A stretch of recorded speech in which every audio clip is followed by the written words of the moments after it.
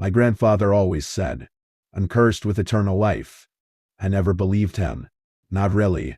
It was just one of those things old people say, like when they grumble about their aching bones predicting the weather. I'd heard him say it 100 times. But I never thought much of it. Not until now. He told me about the curse when I was 10. I remember the way his voice dropped.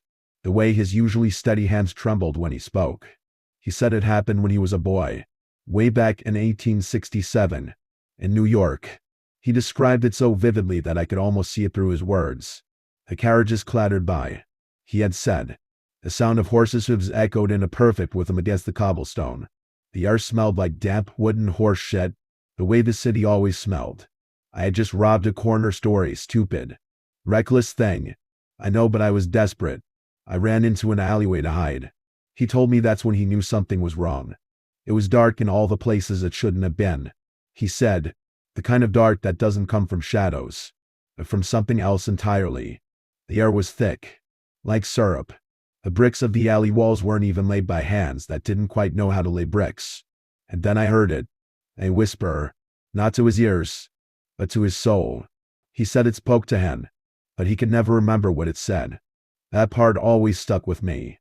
My grandfather had never forgotten anything. He had the kind of mind that could recall what he had for breakfast 7 years ago. But this he couldn't remember. It was a deal. He had told me. I know that much. I agreed to something, though I don't know what, and ever since then, I haven't been able to die. I was 10. I laughed it off. Okay, Grandpa, sure. I'm 21 now. I live alone in a tiny apartment in California.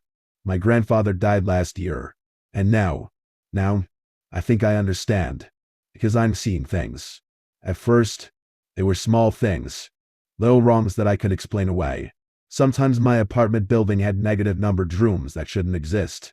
Sometimes the floors didn't add up. The building would have 13 floors one day, 31 the next. I'd blink, and the world would be back to normal. Then came the sounds. The fridge opening in the middle of the night. But when I checked, it was shut tight. The bathroom fan turning on by itself, only to be silent when I got up to check. I'd hear whispers through the vents, too faint to understand. I convinced myself it was just the pipes. And then I saw it. I was watching an episode of Creepcast. I think when the shadows in the corner of my room deepened. At first, I thought my eyes were playing tricks on me. But then I felt it. Something was in the room. I turned my head just slightly, and for a moment, I saw it. A figure. A humanoid void. A thing of shadows. Standing still. Watching me. The moment my eyes landed on it. It vanished, but the darkness in the corners of my room remained wrong. Just a little darker than it should be. Uncanny. That was the first time. It wasn't the last. The longer I ignored it, the worse it got. I saw it in the reflections of windows, staring at me from across the street. I saw it through the peephole of my door, standing at the end of the hall, at the grocery store.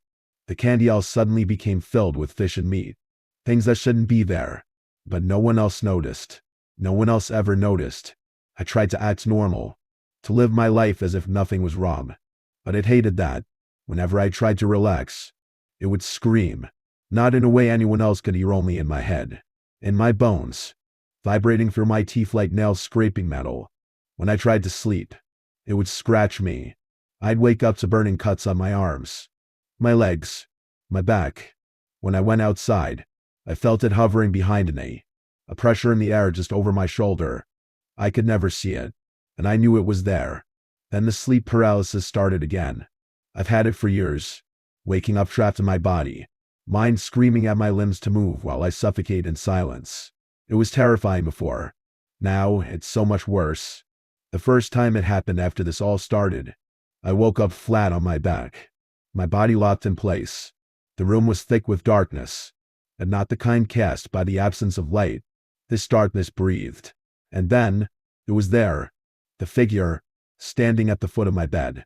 The shadows clung to it like a second skin, hiding what it truly looked like. A void, shifting, writhing, but as it leaned closer, the details emerged. Its breath hit me first. Rotten, thick. If you've ever smelled a decomposing body, imagine something worse. A stench so strong it clung to my throat.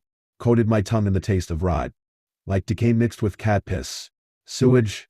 Something feral. Something wrong. And I saw its eyes. 2 white dots. Deep. Endless. Staring through me. Its mouth stretched to wide.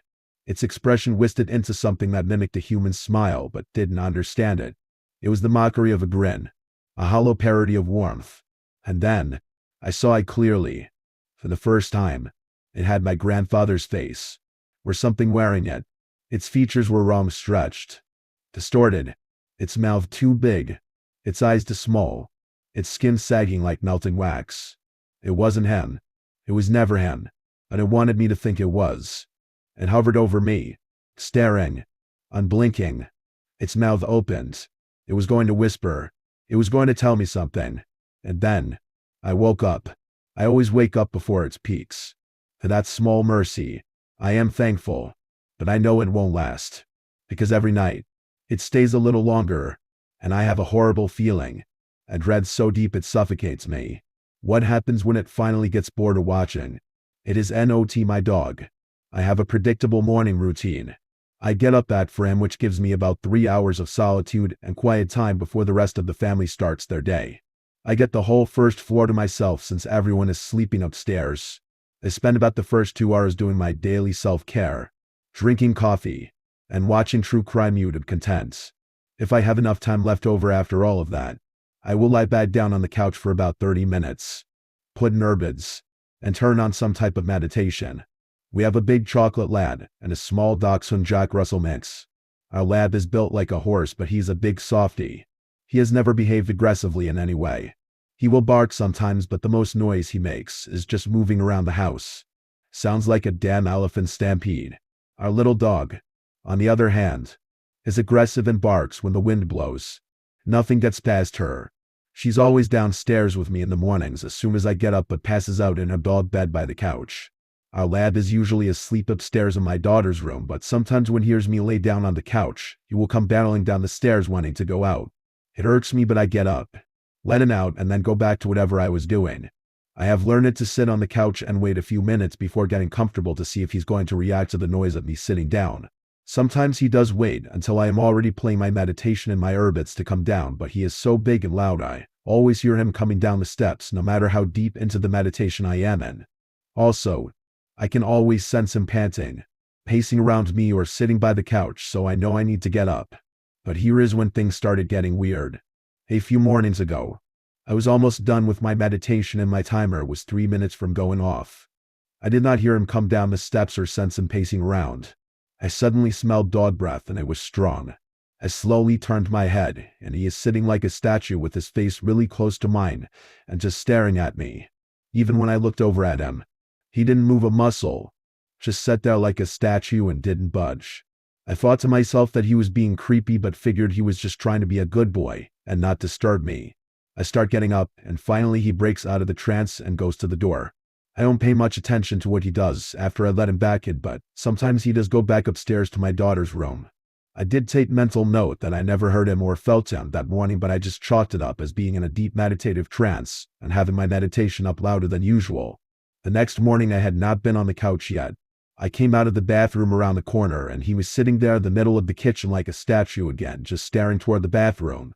I never heard him get up, which when he jumps off my daughter's bed, he sounds like an earthquake, and then I hear him coming down the steps. Even when I came out of the bathroom, he didn't budge at all or react until I went over to the patio door to open it for him. He shook himself out of the trance and went outside. I got busy doing some other things, since he will tap on the glass with his paw when he is ready to come back in. I was waiting for it any minute. I checked out the door a few times, and couldn't see him. He tends to blend into the dock where the light doesn't reach the way back. The yard is fenced in so he can't wander off. He will hang out there for quite a while sometimes, so I just went back to what I was doing. I almost forgot about it until I heard him come barreling down the steps about 5 minutes later. I froze. I was really confused as to what just happened. I knew I let him out. I did not let him back in. I did not remember him coming back inside. This freaked me out. He went right up to the door and hit the glass to be let out. My heart was racing and I was moving slow. My head was swirling with what just happened. Just as I had started to accept maybe I did let him in and was too distracted and forgot about it already.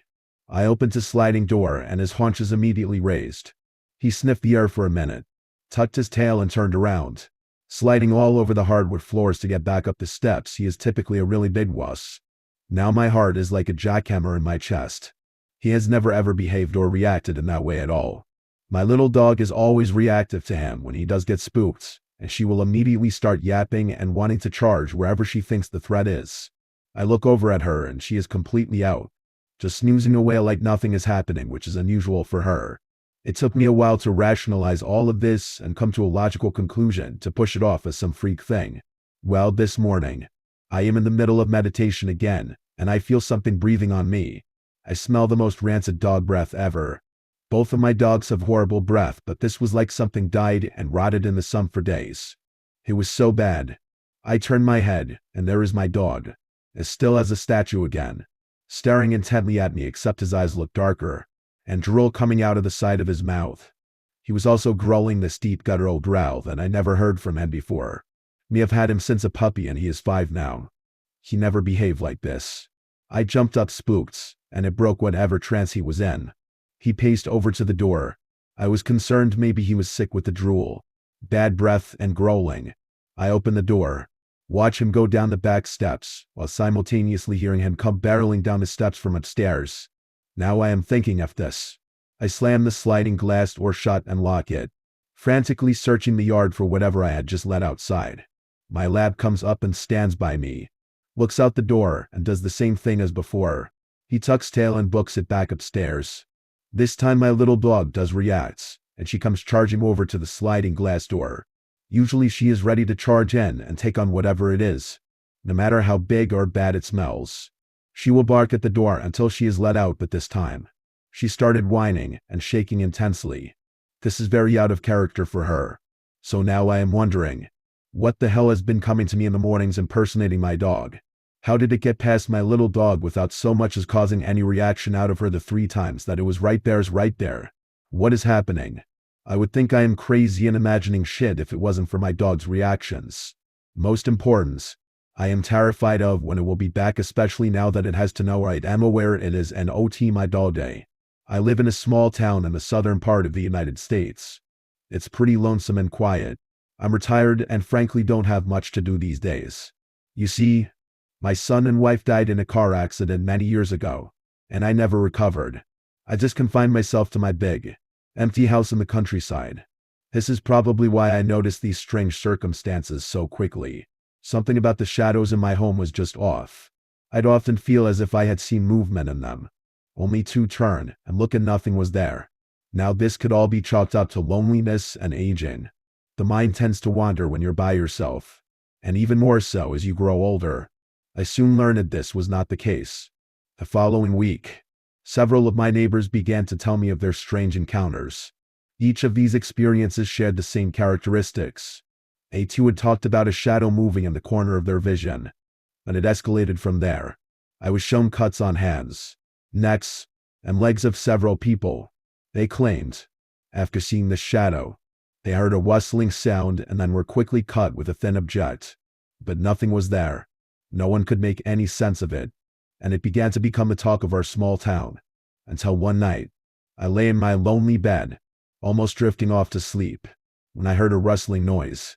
Startled, I wondered, was it that same noise my neighbors had heard? The noise was followed by a gentle, slow creaking. My bedroom door. I watched as my door cracked open with hesitation. What I saw made me jump in fright. It looked humanoid, but not quite right. It was as if it was unfinished. Its nose was in the wrong place, and its pale yellow eyes were not fully formed. In addition, its limbs were all of varying lengths, and hobbled around awkwardly. It had patchy gray skin. Some parts I could see right through. Into the hallway. There was nothing there. By now, my door was wide open. The creature just stared at me. I lay petrified in fear. Carefully, I reached for the shotgun I kept next to my bed. I live in the country after all. Slowly, trying not to alert the creature. I had no clue what it had planned to do. I fumbled around with the gun and clumsily knocked it to the floor, all the while not taking my eyes off the creature.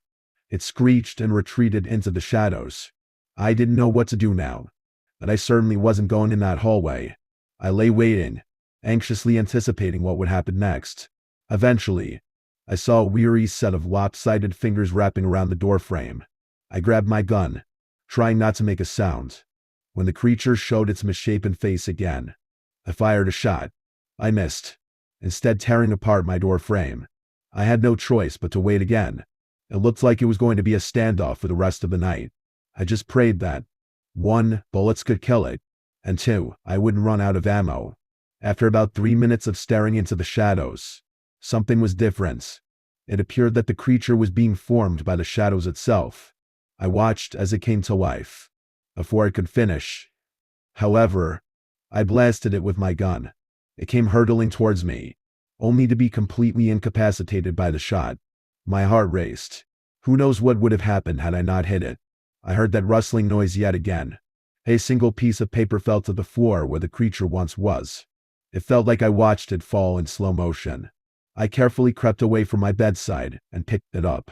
On the paper was a child's drawing. It looked exactly like the creature that had just frightened me, down to every unnatural detail. On the bottom right corner was my deceased son's signature. The drawing felt vaguely familiar now, but I still couldn't quite pinpoint when my son had drawn it. It was so many years ago after all. A strange feeling washed over me. I was afraid of that horrid creature that tormented me in the night. But I had a bittersweet mood. As strange as it may be, it was almost comforting to have even a remnant of my family, even if a distorted version. I now realize drawings and art hold more power than one may think. So be careful. It may see something you or a loved one has drawn creeping around in your room or on a lonely road at night. I'd begun to wonder if this could be the explanation for children's imaginary friends and the monsters in their closets and under their beds. Maybe belief is what keeps them alive. Every night, I'd jump at every shadow on the wall. I dread the night one of my son's drawings comes to life again. But I've had an idea. A truly dreadful one. Maybe unknown. Just maybe. I can bring my family back. God help me. A few weeks ago, I stumbled upon an old PlayStation 2 at a yard sale in a neighborhood I didn't recognize. I had ended up there after taking an alternative route home that weekend due to traffic, a detour that led me down winding streets I hadn't driven on before. The sale was run by an elderly woman, her face worn by time, who told me she was moving after her husband's recent passing. As we spoke, she casually mentioned that the PlayStation had belonged to her son, who had gone missing back in 2008.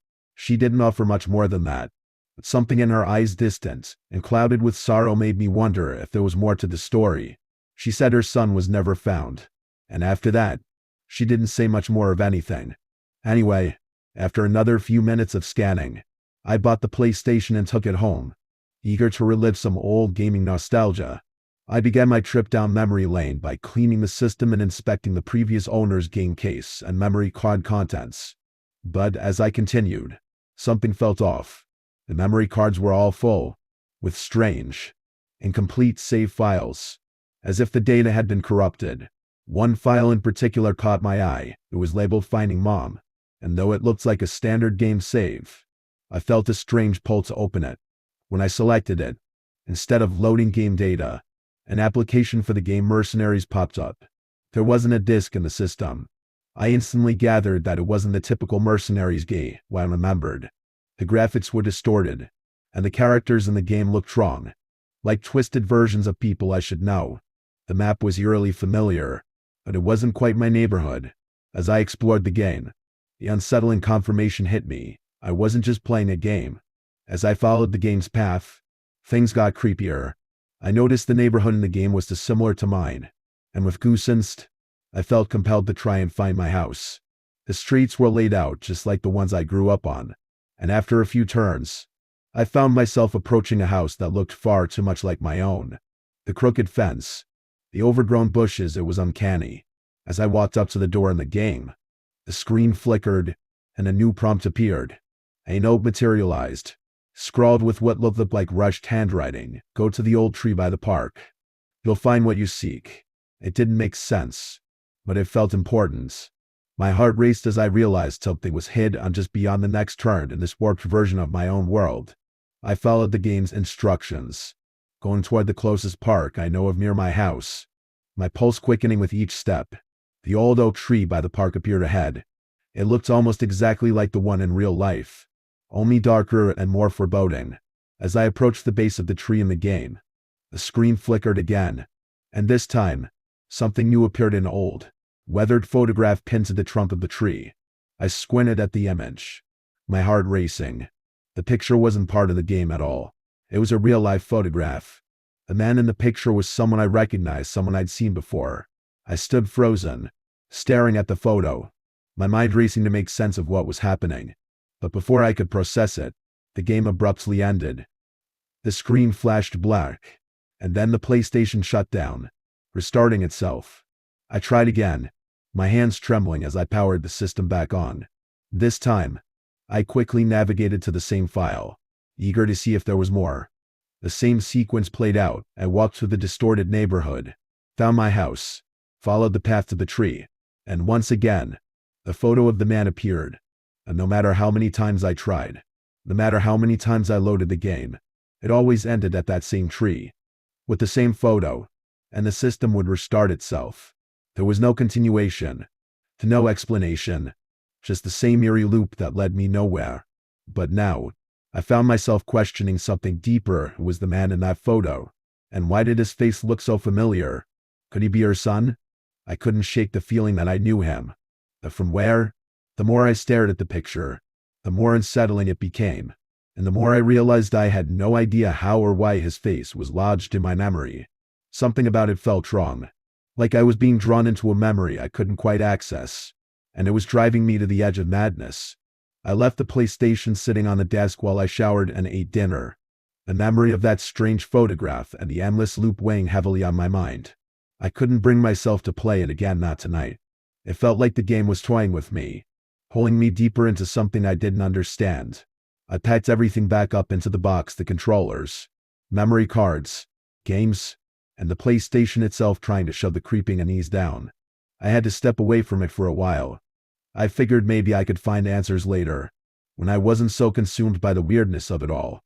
It was Monday tomorrow, and with work in the morning, I wouldn't have time to think about it until Thursday at the earliest. I resolved that I'd go back to the woman's house later in the week, after work had settled down. Maybe she knew more, or perhaps there was something I missed in our brief conversation. I needed to ask her about the photograph, about her son, and about the connection between the game and her life. There had to be an explanation for all of this, a way to tie it all together. I left the box on the floor, the system quiet for now, and tried to get some sleep. But the thought of that photo kept gnawing at me. I knew I wouldn't be able to rest until I had answers. Thursday felt like an eternity away, but it was the only time I'd have to return and dig deeper into the mystery I hadn't wittingly uncovered. It was Wednesday morning now, and the thought of the game, the photo, and that strange connection was still in the back of my mind. I couldn't shake it, especially in the quiet moments of my day. I had tried to ignore it, to move on, but the image of that man's face haunted me like a ghost I couldn't outrun. To try and clear my head, I figured I'd stop at my favorite bagel shop on the way to work. I could grab a sandwich and some tea, maybe take a deep breath and ground myself in something normal for a change. As I walked into the shop, the usual warm, welcoming smell of freshly baked bagels filled the air, but something caught my eye. Behind the counter, I saw a man who looked just like the person in the photograph from the game. My heart skipped a beat. It was him, there was no mistaking it. I froze in place for a moment, unable to move, unable to comprehend what I was seeing. My mind raced. How could this be? After a long, tense second, I managed to gather myself enough to approach him. I walked up to him, my voice shaky as I introduced myself, asking if he had a moment to talk in private. My legs trembled slightly, and I hoped he wouldn't notice how rattled I was. The man's expression shifted in an instant when I began telling him about the PlayStation, the photograph, and the strange connection I felt to him. His eyes widened, disbelief flooding his features, and then he grabbed my arm, his grip tight enough to send a shock of panic through my body.